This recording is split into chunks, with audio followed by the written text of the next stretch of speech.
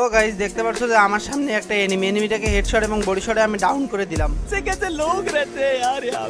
Down করার সাথে সাথে এনিমিটা লুট করতেছি এবং পিছন থেকে একটা এনিমি এসে আমাকে যা জ্বালাতনটা করতেছে এবং আমার এইচপির অবস্থা পুরো 12টা বাজাই দিচ্ছে। এখানে রাজ দিয়ে আমাকে একটা কাটানা ছোট দিল এবং কোনো মতন শুধু এনিমিটাকে ডাউন করলাম আমি।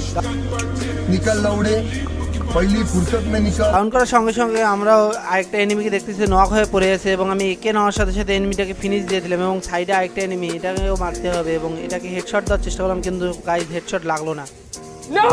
God, please, no! No! আর গাইজ এনিমিটার দিকে রাশ করলাম, এনিমিটা এখানে প্যাক করে নিল গুলওয়ালের ভিতর। সিস্টেম পার দেंगे। আসো খেলবো, খেলা হবে।